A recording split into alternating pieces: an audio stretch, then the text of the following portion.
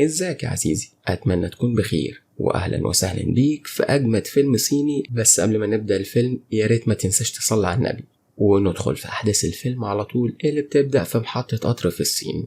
وكل الاخبار والصحف هنا بيتكلموا عن فيروس منتشر غير معروف. الفيروس ده بيصيب الحيوانات بعد كده بينتقل للبشر. وتعالى بينا مع بعض نتعرف على العيله دي. ده الاب اسمه سويل، بيشتغل موظف في وزاره الصحه الصينيه. ودي بنته اسمها سو، وده ابنه عنده 5 سنين واسمه سوان. وهم رايحين زيارة عائلية، هيركبوا القطر ويروحوا المدينة تانية. وهم ماشيين بيتكلموا عن بنته لي اللي دخلت كلية الطب. وبنته لي دي اتخانق معاها في مرة فسابت له البيت ومشيت من فترة. سو هنا بتقوله ان هي اكيد هترجع. بالصدفة بقى يا عزيزي بيلاقي بنته الدكتورة لي بتكون واقفة مع ضباط وقيادات في الصين. ولما بيفكر يروح يكلمها بيتفاجئ بقى من المحطة وهما بيشاوروا القطر تاني جاي بسرعة عالية. القطر ده بيكون جاي من مدينة أوهان، بيحاولوا يساعدوه وبيقدروا انهم يفعلوا الفرامل الأوتوماتيكية في الأوتبون وخلاص بيقدروا يوقفوه. لكن الغريب بقى هنا ان القطر جاي فاضي وما خرجش منه ولا واحد. الضباط هنا وأمن المحطة بينزلوا يشوفوا القطر ده، ولما بيفتحوا الأبواب بيتفاجئوا بدم كتير نازل.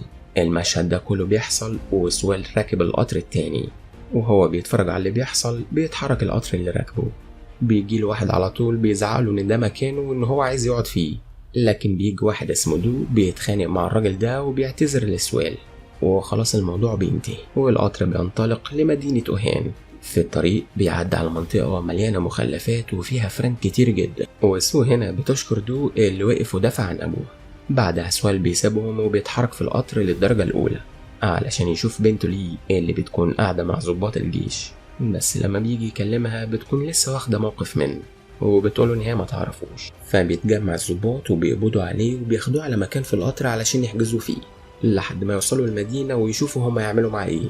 سويل هنا بيعرف ان بنته مخطوبة للضابط لايو.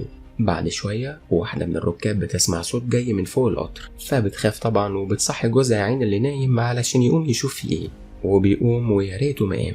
بيمسك عصايته وبيمشي ورا مصدر الصوت لحد ما يوصل لفتحة التهوية اللي بتنزل منها كميات كبيرة جدا من الفئران، وبتروح تهاجم العساكر اللي مكلفة بحراسة سويل اللي بيقدر يفك نفسه وبيخرج ويقفل الباب وراه. بس بيتفاجئ لما يشوف كل ركاب الدرجة الأولى والتانية كمان أموات والفئران عمالة تعض فيهم وتاكل فيهم. سويل بيحاول يعدي منهم وينط من على الكراسي لحد ما بيوصل للدرجة الثالثة من القطر ويقفل الباب وراه قبل الفئران ما تهجم عليه. بنشوف هنا بنته الدكتورة لي وخطيبها لايو اللي بياخدها علشان يهربوا. بتشوفها أختها سو هنا وتقعد تنده عليها وبتكون مش متوقعة ايه اللي حصل، بس بتعرف لما سويل باباها بيجي وكله توتر وخوف وبيقولها ان في كمية مرعبة من الفئران موجودة وانهم قتلوا كل ركاب الدرجة الأولى والتانية. في الأول هنا الركاب بتضحك عليه وبتتريق وبيقولوا له فئران ايه اللي تهجم على البشر وتقتلهم، لكن دو هو الشخص الوحيد اللي بيكون مصدقه. المهم سويل بعدها بياخد ولاده على طول وبيحاول يهرب بيهم، وبعدها بلحظات بتدخل كمية أكبر من الفئران، وفي اللي بياخد عض على الماشي كده وفي اللي بيتلموا عليه وبيموتوه فورا. الفئران بتتوغل لدرجة إن ولا واحد بيقدر يهرب من الكابينة بتاعة الدرجة الثالثة. نرجع لسويل ومع أولاده وكمان دو بيكون معاهم وهم بيحاولوا يهربوا من درجة للتانية، وطبعا بيقفلوا الباب وراهم علشان يعطلوا الفئران على قد ما يقدر. لكن بيجي واحد بيقفل كابينة الفاي بي ويسيب الناس جوه والفئران بتهاجم وتاكل فيهم. فبيحاول سويل على طول يلاقي طريقة في الهروب، مش بيلاقي حل غير ان هم يطلعوا على سطح القطر. ودو هنا بيحاول يساعدهم، بس لحظهم السيء بيلاقوا كمان الفئران فوق سطح القطر. بيكون في ضابط هنا وبيؤمر واحد من الجنود انه يفصل الكابينة اللي فيها الفئران عن باقي القطر. في الوقت ده سويل وولاده ومعهم دو بيعدوا على سطح القطر وبتتقلب العربيات اللي فيها الفئران.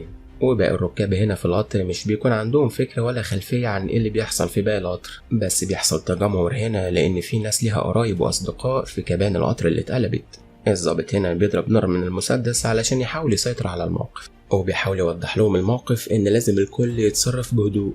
ومرة واحدة واحد من الركاب بيقع وبيكون واضح ان الفئران عضته.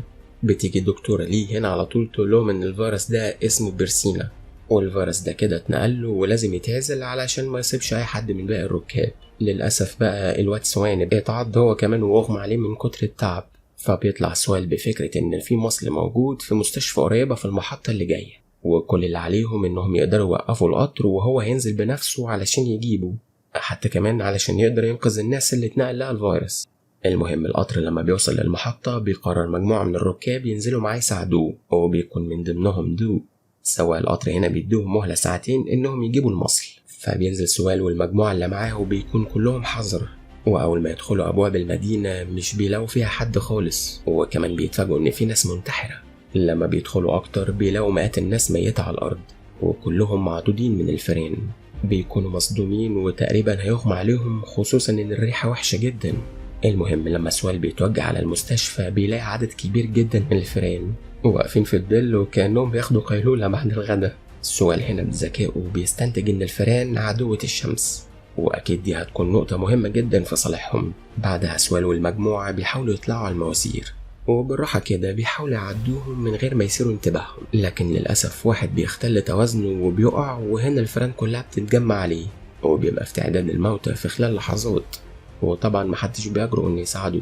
لسوء الحظ بقى يا عزيزي بتيجي سحب كتير بتغطي أشعة الشمس، كلهم بيترعبوا لما بيشوفوا أعداد الفئران وهي بتتجمع فوق بعض وعمالة تحاول توصل لهم. من الخوف اللي هم فيه واحد من المجموعة بيتوتر فبيقع، وطبعا كلنا عارفين مصيره ايه، راح للي خلقه يا عزيزي. باقي المجموعة بقى بيقدروا انهم ينطوا في اخر لحظة، لكن دو بتتكسر رجله، بس لحسن حظه ابن المحظوظة بيقدروا ينقذوه قبل الفئران ما تيجي تعمل الجلاشة معاه. ولما بيوصلوا لباب المستشفى بيلاقوه مقفول، فبيحاولوا يفتحوه بسرعة وبيدخلوا بيقفلوا الباب وراهم. بيكتشفوا بقى ان المستشفى كلها مهجورة، وفجأة بيظهر لهم واحد وبيهجم عليهم لانه كان مستخبي في المكان ده وخاف يكونوا مصابين. لكن سوال بيطمنه وبيقول له ان هم بيدوروا على المصل لان في عدد كبير في القطر مصابين بالفيروس. الراجل بيفرح جدا لانه ما كانش عارف اسم الدواء، وبيقول لسوال بعدها انه عارف مكان الامصال موجودة فين. في طريقهم بيعدوا على ممرات تحت الارض، لكنهم بيتفاجئوا بعدد كبير من الفئران موجودة. السؤال هنا بيستنتج ان طول ما الفئران في الظل وهما بيتحركوا بهدوء مش هتهجم عليهم. نرجع للقطر والركاب وهما بيسمعوا صوت تخبيط على باب القطر، وبيطلع واحد من اهل المدينة وعلى وشه خوف وذعر، فبيدخلوه وبيسألوه على طول هو ازاي نجي وعاش. فبيرد عليهم وبيقول لهم ان الفئران بتخاف من الضوء وأشعة الشمس، وهو عرف نقطة ضعفها علشان كده عرف يهرب. بيرجع يقول لهم انهم لازم يتحركوا قبل الليل ما يجي لان عددهم بتكتر وبيهجموا بشكل اشرس. وقتها الركاب بيخافوا جدا، فبيقرروا يفكوا ضباط الجيش والجنود لان هم الوحيدين اللي هيقدروا يحموهم في الوقت ده. السواق بعدها بيجيله امر انه يحرك القطر حالا، بس السواق بيرفض وبيقول لهم ان هو وعد سوال والمجموعه انه هيستناهم وانه هيتحرك بعد ساعتين لو ما رجعوش. بيجي راكب يهدده انه يتحرك حالا، فهو على طول بيأمر المساعد بتاعه انه يبدأ تشغيل القطر. في نفس الوقت ده بتكون في واحدة معدودة من الفئران بتيأس من الحياة وبتروح ناحية باب القطر وتفتحه، وفي خلال ثواني كانت الفئران بتهاجم كل ركاب الكابينة. ولي هنا بتشوفهم وهي قاعدة في كابينة المصابين المعزولين مع أخوها سوان. وفي المشهد اللي بعده بيكون سوال وصل لمخزن الأدوية، وطبعا بياخد أكبر كمية من المصل، وهو بيتحرك في الرجوع الأرضية بتنهار تحت رجليه، ولما بيقع بيعمل صوت عالي والفئران بتنتبه ليهم، وطبعا بيحاولوا يهاجموهم وهما بيحاولوا بالنار يبعدوهم.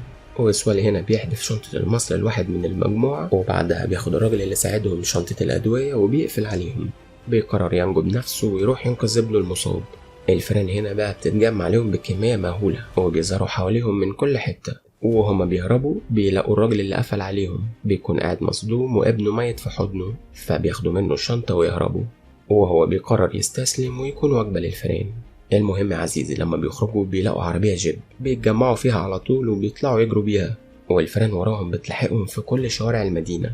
ولما السحب تروح وأشعة الشمس ترجع تظهر بتقف الفئران عن مطاردتهم وبيتراجعوا وبيدخلوا جحورهم. سوال ومجموعته هنا لما بيوصلوا للقطر بيتفاجئوا بجثث الركاب في كل مكان، وسو هنا بتعيط على اخوها سوان واختها لي، بس بتلاقي لي لسه عايشة ومعها سوان اخوها. طبعا سوال بيفرح انه شافها وانهم لسه عايشين، وبيطمنها انه معاه المصل، والمصابين بيفرحوا جدا وبيحسوا بالامل من جديد. لكن فجأة السحب بتتجمع تاني والشمس بتغيب، وبتبدأ الفئران تتحرك وتتجمع وتهجم عليهم. أعدادهم كبيرة جدا لدرجة إنها بتملى كل المساحات اللي حوالين القطر.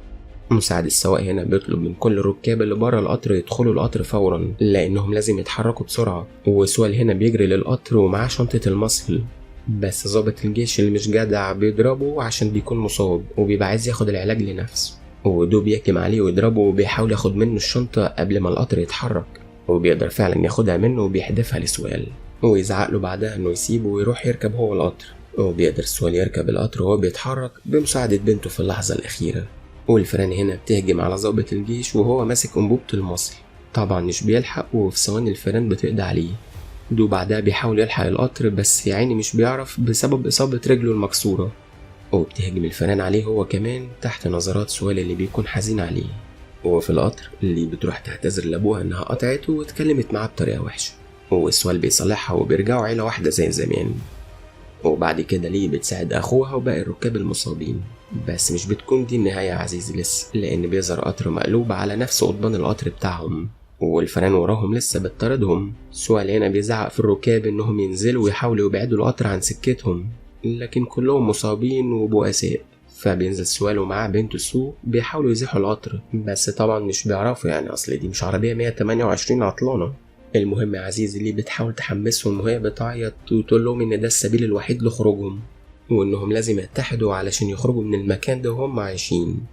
الركاب هنا أخيرا بيتأثروا بكلامها وبينزلوا يزقوا القطر المقلوب.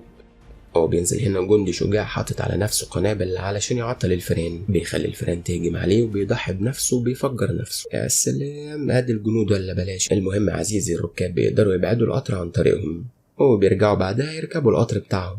ومساعد السواق هنا بينبه سؤال انه يفعل تحويلة القطر ويجري ورا القطر اللي سرعته بتزيد، وهو بيطلب منهم انهم ما يوقفوش القطر ويخلوا بالهم من بعض وانه مسامح بنته دي. وهم هنا بيقعدوا يعيطوا طبعا. سؤال بيكون تعب من الجري فبيقف من كتر التعب، وخلاص بيقرر ان الفيران تهجم وتخلص عليه. وفي القطر سؤال بيسأل اخته ليه هم رايحين فين، بترد عليه بتقوله ان هم رايحين مكان امان ما فيهوش فيران. لو انت لسه هنا معايا احب ابلغك ان الفيلم خلص، بس الافلام لسه ما خلصتش، واشوفكم الفيلم الجاي على خير ان شاء الله. كلمة اخيرة، لو عجبك الفيلم ده ما تنساش تضغط لايك واشتراك وتفعل الجرس علشان يوصل لك كل جديد.